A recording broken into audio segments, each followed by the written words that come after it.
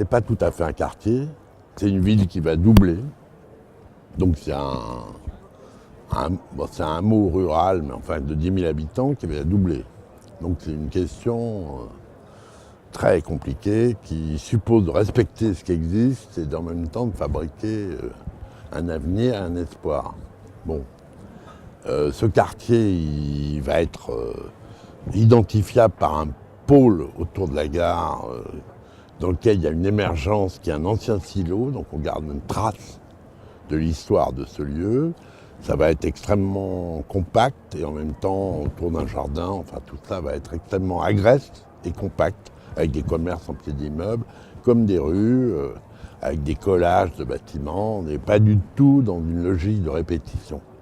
Et puis il y a un deuxième morceau qui va être fait alors, avec une franche limite par rapport à la campagne, sur un trajet plutôt sinueux et charmant, avec un jardin central où il y aura peut-être des choses un peu émergentes aussi pour lui donner de la force, et qui fabriquera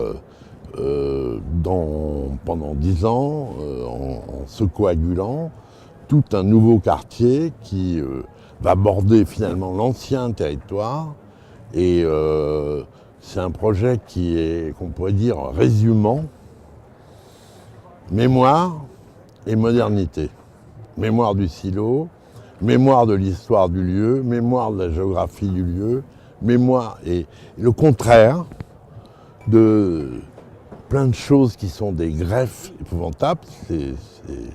C'est un projet de ville.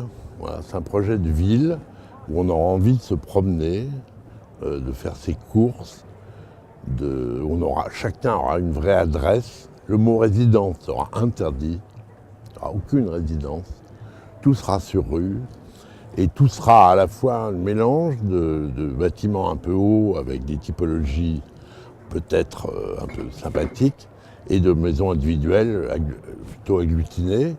Tout ça va être une sorte de compacité très poétique, je pense.